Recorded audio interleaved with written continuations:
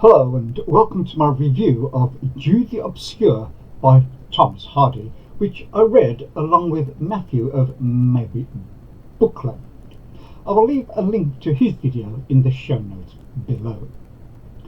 Jude the Obscure is divided into 6 parts, and each part is set in a particular area of Wessex, Hardy's fictional landscape, but which is based on the southwest of England. Here is a map showing the location of Wessex. Part 1 begins with the 11-year-old Jude living with his great-aunt in Mary Green. The story opens with the schoolmaster packing up to leave Mary Green to go to Christminster, the fictional equivalent of the university town of Oxford. Jude is sorry to see him go and hopes that one day he will be able to go to Christminster to study.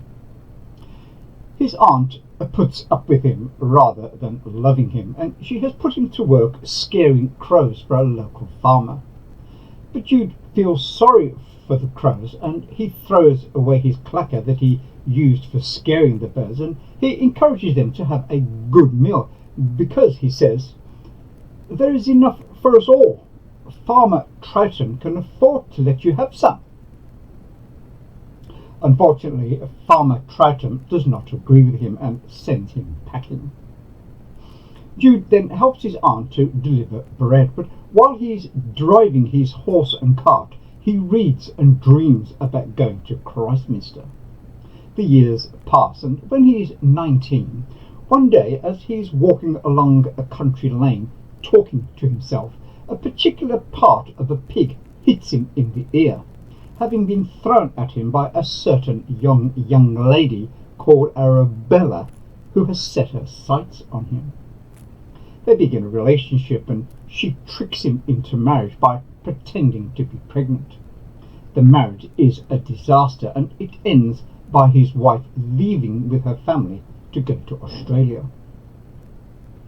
Jude, meanwhile, has been apprenticed to a stonemason, and he now considers that as soon as he completes his apprenticeship, that he will take himself off to Christminster. Part 2 is set in Christminster. Before leaving for Christminster, Jude learns that his cousin, Sue Brighthead, lives in Christminster, and his aunt warns him to stay away from her. Of course, when Jude sees her, he is immediately attracted to her. There is not the least doubt that from his own orthodox point of view, the situation was growing immoral. For Sue to be the loved one of a man who was licensed by the laws of his country to love Arabella and none other unto his life's end was a pretty bad second beginning, when the man was bent on such a course as Jude purposed. This conviction was so real with him that one day when, as was frequent, he was at work in a neighbouring village church alone, he felt it to be his duty to pray against his weakness. But much as he wished to be an exemplar in these things, he could not get on. It was quite impossible, he found, to ask to be delivered from temptation when your heart's desire was to be tempted unto 70 times 7. In Chapter 1 of Part 2, Hardy inserts several quotations which are not attributed. My copy is from 1895, so there are no notes. I assume that Hardy is quoting from such men as Newman, Pusey, Ward and Kibble, noted Oxford Tractarians. On page 118 of my copy he writes this: "Why must you leave Christminster?" he said regretfully. "How can you do otherwise than cling to a city in whose history such men as Newman, Pusey, Ward, Keble loom so large?" This proves that Hardy based Christminster on Oxford. On page 131 Hardy writes, "It is a unique centre of thought and religion, the intellectual and spiritual granary of this country," which could only refer to Oxford University. Unfortunately for Jude, he is not able to take advantage of the intellectual life of the university when he realizes that the advice he received from a university professor to stick to his trade if he wants a successful life is all too true. He also thinks that his love for Sue is also doomed to failure. Deprived of the objects of both intellect and emotion, he could not proceed to his work. Disillusioned intellectually and emotionally, he heads back to his aunt, feeling the hell of conscious failure, both in ambition and in love. I'm impressed with the psychological truth of Hardy's descriptions of Jude's feelings, having experienced similar feelings myself. Part 3 is set in Melchester, where Sue has gone to study to become a teacher, aided by Mr. Phillotson, Jude's erstwhile teacher.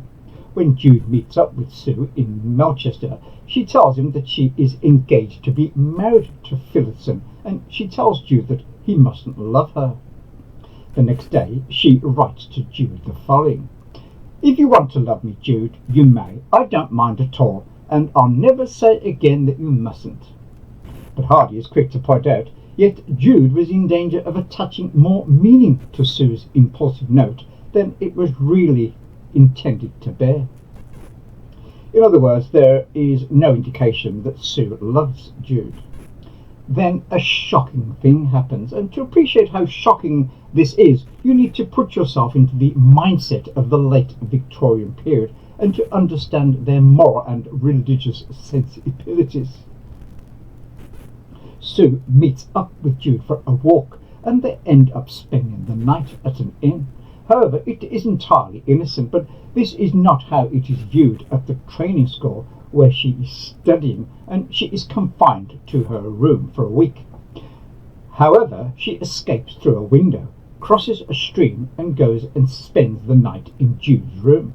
She removes all her clothes and puts on some of Jude's clothes. Again, nothing of a sexual nature occurs, but this is viewed as scandalous behaviour, and she is expelled from the training school. She goes to stay with a friend, and Jude meets up with Arabella, who has returned from Australia, having entered into a bigamous marriage while she was out there. She and Jude spend the night together at an inn, but she returns to her Australian husband when he pursues her to England. Sue then marries Phillotson, but it is not a success, partly because she is physically repelled by him, and partly because she is actually in love with Jude. This is an emotionally fraught story, but it is not gloomy. Hardy handles the psychological aspects of the characters expertly and gives them both depth and liveliness, so you come to be invested in their emotional difficulties. Part 4 is set in Shaston, where Sue is living with Phillotson, her husband, but they are sleeping in separate rooms, and in fact Sue has asked Phillotson to let her go and live with her lover.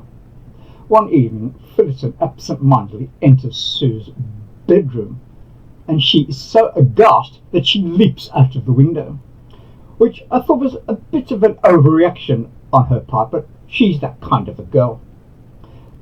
Phillotson concludes, "Now, when a woman jumps out of a window without caring whether she breaks her neck or no, she's not to be mistaken. And this being the case, I have come to the conclusion that it is wrong to so torture a fellow creature any longer, and I won't be the inhuman wretch to do it, cost what it may." Society being what it was, it cost Phillotson a great deal to let Sue go to her lover. I feel sorry for Phillotson, as he is acting very nobly, and he is being penalised for taking a pragmatic view of his situation. The townsfolk expect him to condemn Sue as an adulteress, and they dismiss him from his position as a schoolteacher for condoning an adulteress in her actions. I don't feel sorry for Jude. It's a case of choices and consequences, although I do sympathise with his frustration over Sue's emotional wavering. He was expecting to enter immediately into a love affair at the Temperance Hotel, where he had booked a single room, but she refuses and makes him wait. I know what that feels like. I thought Part 4 was brilliantly written. Part 5 is set in Old Brickham and elsewhere. Here we are introduced to the strangest little boy in all fiction, Little Father Time. He is Jude and Arabella's child, who was born in Australia unbeknown to Jude. Now he is gloomy. His whole outlook on life is of one who is deeply depressed. He wasn't even given a proper name. Sue asks him, "But what were you christened?" "I never was." "Why was that?" "Because if I died in damnation, 'twould save the expense of a Christian funeral," which I think is tragically hilarious. Later, he warns Sue and Jude, "If I were you, Mother, I wouldn't marry Father." In this part, Hardy skillfully weaves the strands of the emotional connection between Sue and Jude without exactly revealing the nature of their relationship. He leaves us in the dark as to whether they have married or not, and this doubt also has repercussions on Jude's ability to follow his profession. In part 6, which is set back in Christminster, by which time they have 2 other children and 1 on the way, it is finally revealed that in fact they have not married.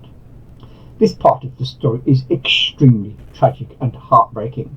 I find the actions of little Father Time perplexing, not in respect of himself. His actions are understandable considering his morbid temperament, but why and how he could bring himself to do what he did to his half-siblings is beyond me. His suicide note is tellingly brief and poignant. Done because we are too many. This event is the catalyst that drives Sue back to Phillotson and enables Arabella to get back Jude. This following remark by a neighbour of Sue sums up the situation of both couples. "I'll tell ye what, you ought not to marry this man again," said Mrs. Edlin indignantly. "You are in love with t'other still." This is a powerful, compelling, masterfully told novel written by an author writing at the height of his powers. I highly recommend this superb novel, and my rating is, of course, A. And now, here's a quick recap, and I'll be back soon with another BookTube video.